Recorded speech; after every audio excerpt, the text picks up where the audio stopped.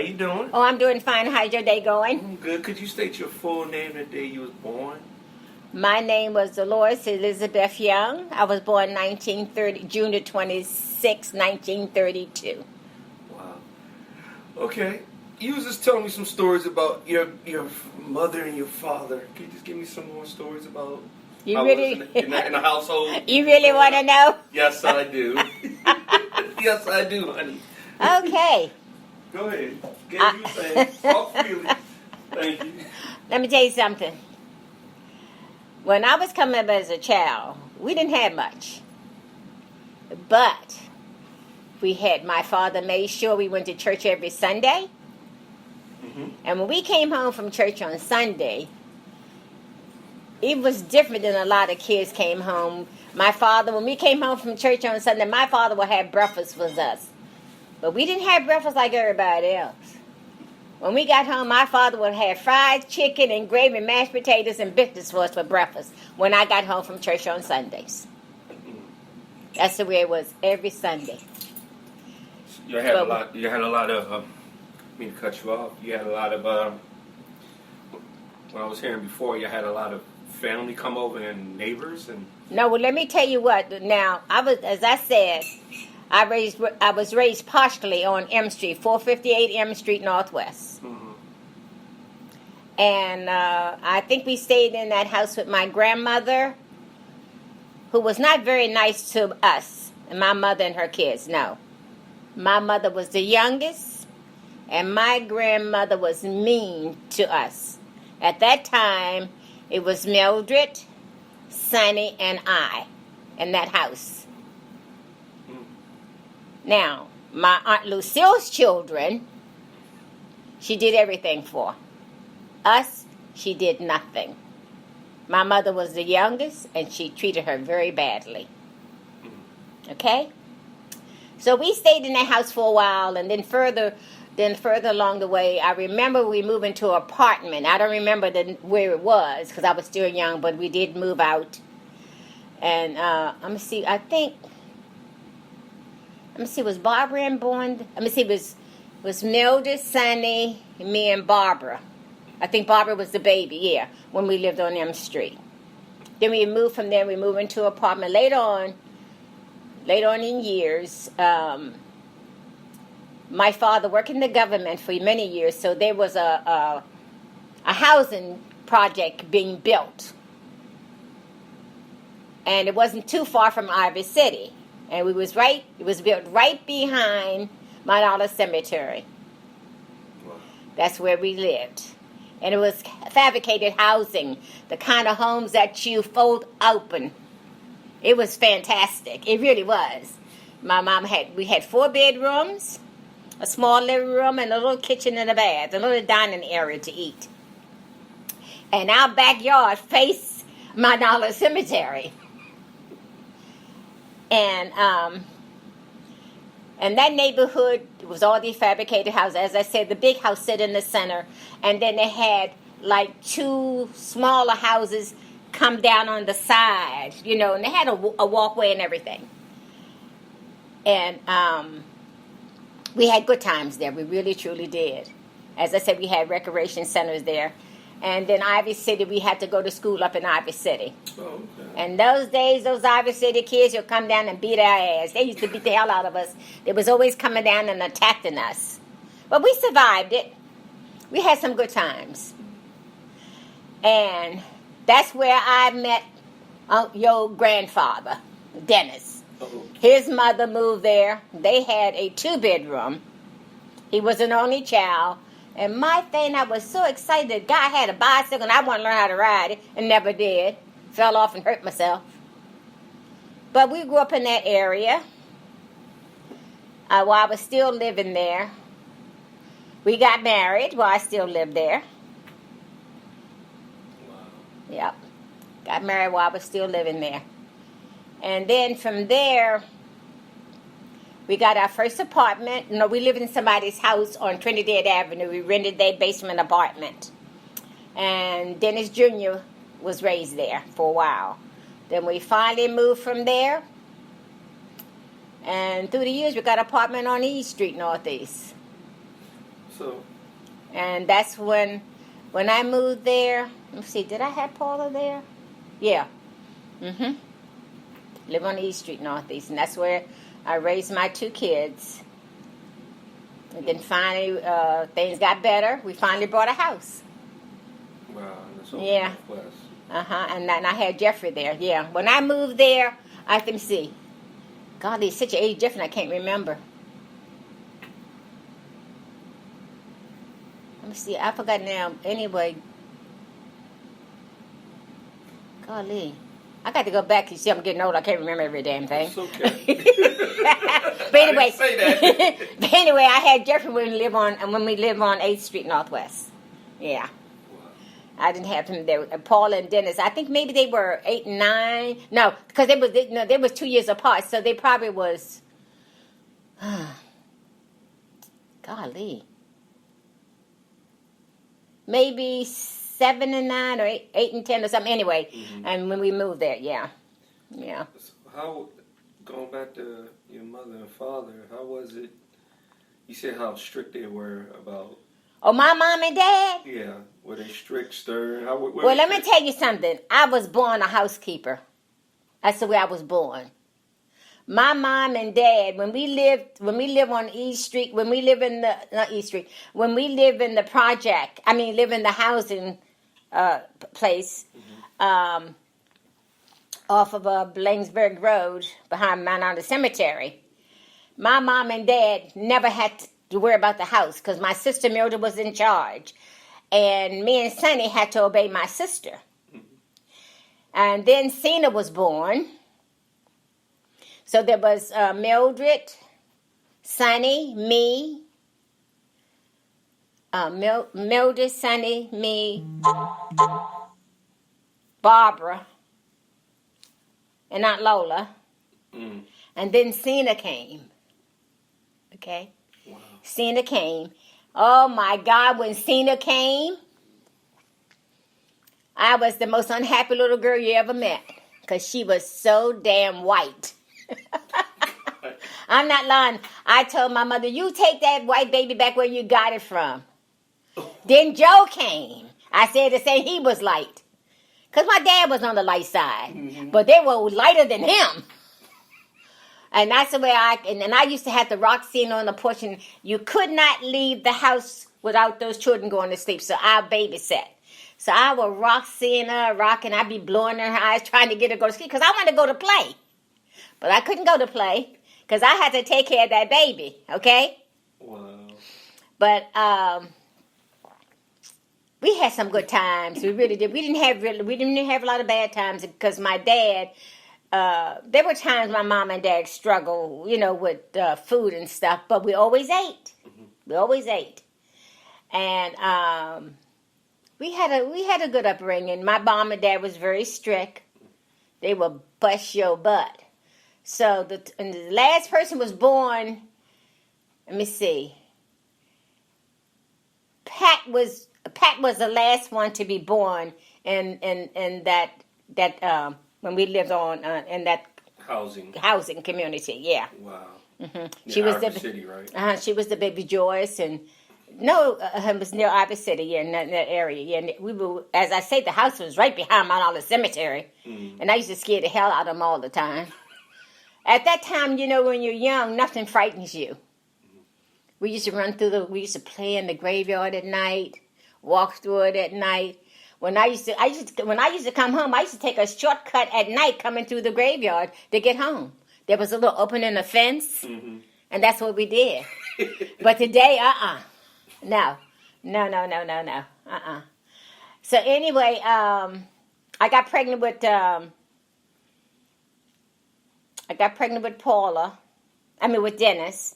As I said, I got married, and finally we moved out, and we moved on Trinidad Avenue. We rented a room from somebody we knew. And then later on, Daddy got a job. He was working, but then he started working for Pepco. And then, we furbished it up. Things got better, and we moved on. And we got our apartment on East Street, Northeast. And then further on, we bought our house, where we stayed until the day I moved. But I I used to cause my brother so much heartache as a kid. I did. All your brothers?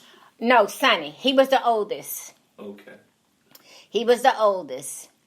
And when we lived in that development, Sonny was a good person. Sonny was always a lovable person. And your granddad, him and Dennis became brothers. They really loved each other. Because Dennis, your grandfather didn't have any siblings. So him and Uncle Sonny, they gravitated to each other. They really did love each other. They really truly did. But boy, if he hit me, Daddy, Sonny hit me. And they say my father was beating his butt. And my mother was so mad at me. Because she said, you always causing him to get a beating. And I did. I was a devil. I did do that. And when I got older, I apologized to him. I did. Because my father was hard on those boys. Now, he wasn't hard on the girls. But he was hard on those boys. I was going to ask you about that because... No, he was hard on the boys. Mm-hmm. You were not allowed to touch us. You didn't mess with the girls. Mm. So I cost my brother a lot of beatings. And I tell you, at that time when you're young, you don't realize how devilish you are or the pain you cause anybody. But when you get older, you realize. And I felt he needed my apology. Mm. So I gave it to him. I'm glad that worked out. But I'm going to tell you something. It brings tears to... Oh, I got to see if I can say this because... Oh.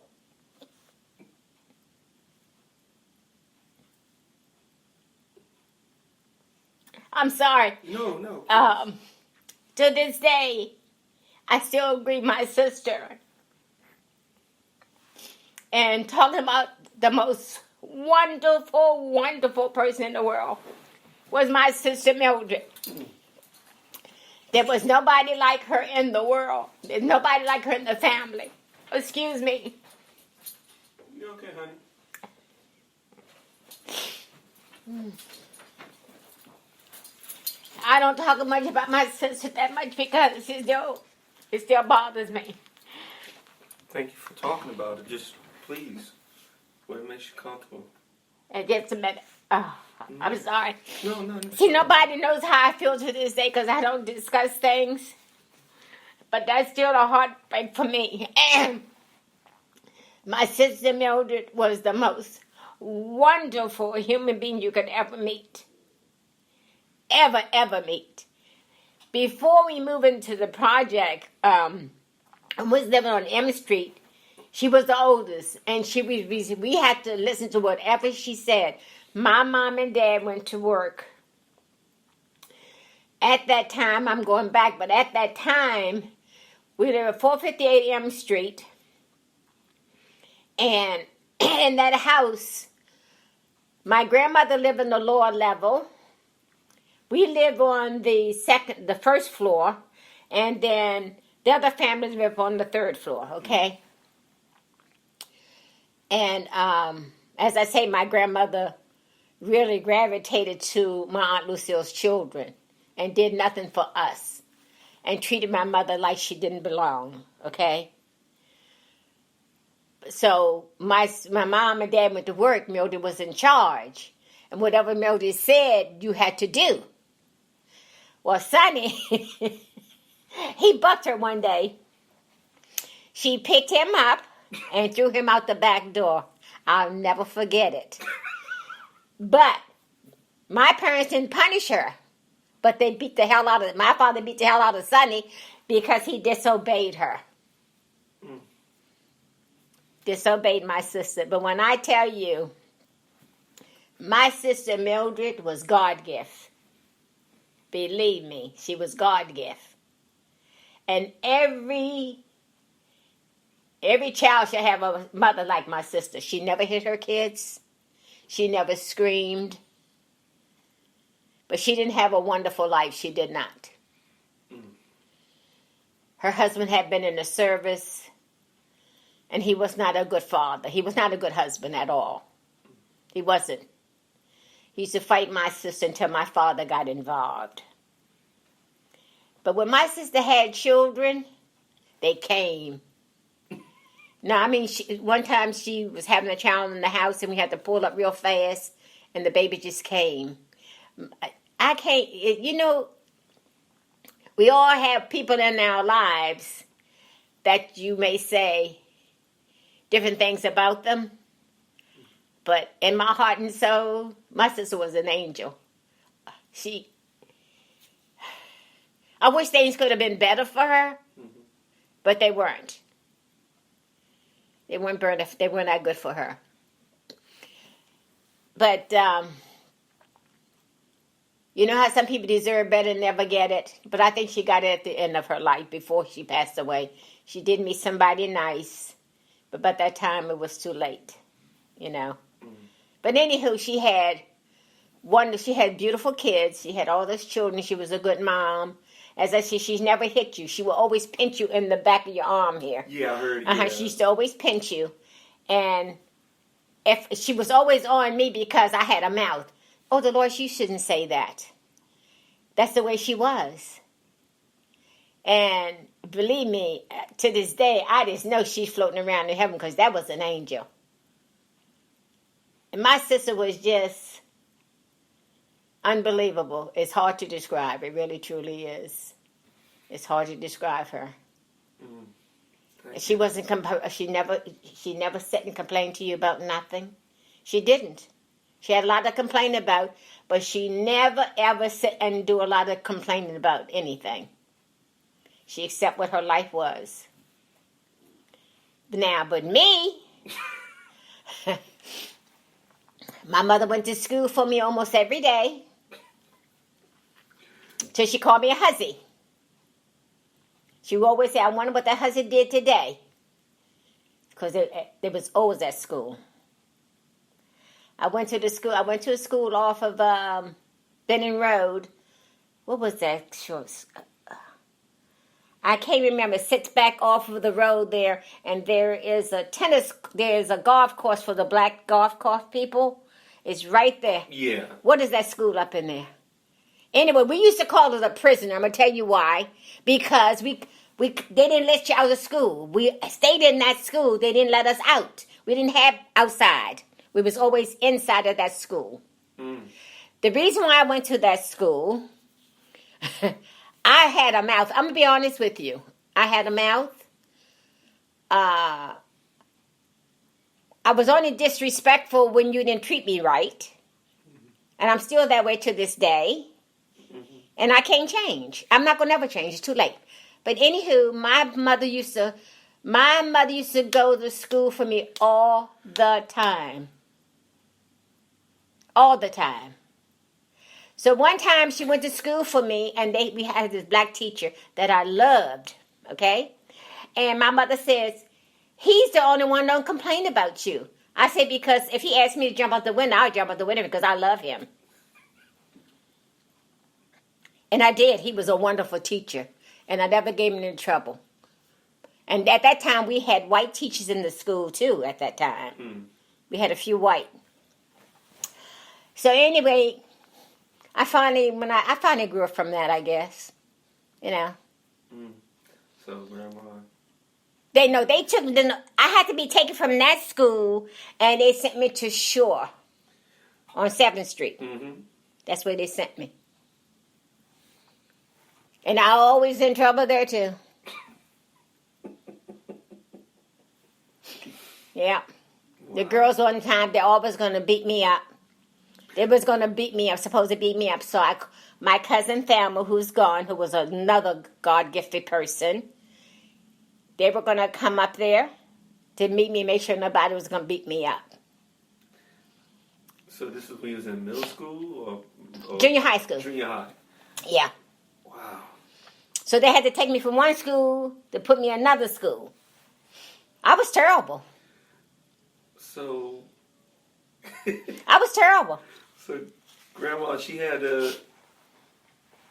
your mother had to, did she ever, she just gave you a lot of,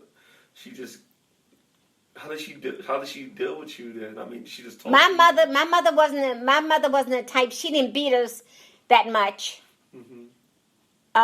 she tried to talk to you, but I did cause them a lot of hardship. I did. They took it in stride. I mean, they took it in stride. Yeah. But they did what they had to do. And like when the principal at, oh God, I wish I remember the name of that school, said something. My father told me if he ever touched me, he would hurt him. You know, you didn't mess with the girls. You just did not mess with the girls. You just didn't do that. So all your siblings, all the female siblings in your family, like you mentioned Mildred. And I'm gonna tell you something. Just like I say, my sister Mary was God gift. My brother Sonny was God gift. I was the devil from hell. I'll put it that way because I didn't take nothing from nobody. I was just born that way. I couldn't help it. But I was a clean fanatic. My mother and father, they would tell you, that place was spotless all the time. Because you see how I am now. I was born that way. I can earn out of this world. It used to take me all day long to make $5. I had this cousin named Bernard. They live on 21st Street Northeast, in an apartment building. And I used to babysit his kids. Okay? And then I got jobs working for all these professional black people that was friends of theirs. And I earned 50 cents an hour all day long.